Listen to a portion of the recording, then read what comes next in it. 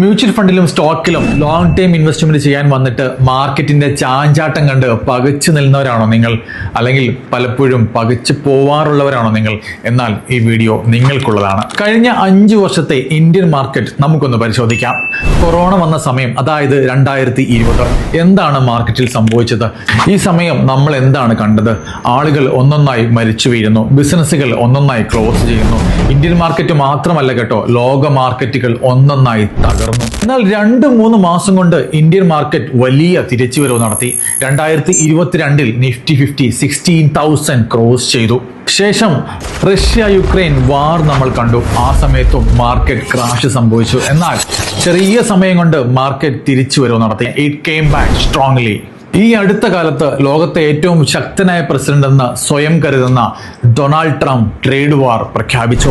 ഈ സമയവും ഒരു ചെറിയ കാലത്തേക്കെങ്കിലും മാർക്കറ്റ് ക്രാഷ് സംഭവിച്ചു. എന്നാൽ ശക്തമായ തിരിച്ചുവരവ് വീണ്ടും നടത്തി. അങ്ങനെ ഇന്ന് എത്തി നിൽക്കുന്നത് നിഫ്റ്റി 50 25,239 ഒന്ന് മാത്രം മനസ്സിലാക്കുക: മാർക്കറ്റിനൊപ്പം സഞ്ചരിക്കുക, യാത്രയിൽ കൂടെ കൂടുക. മാർക്കറ്റ് താഴേക്ക് പോകുമ്പോൾ ഒരവസരമായി കണ്ട് അവിടെ ഇൻവെസ്റ്റ് ചെയ്യുക. താങ്ക്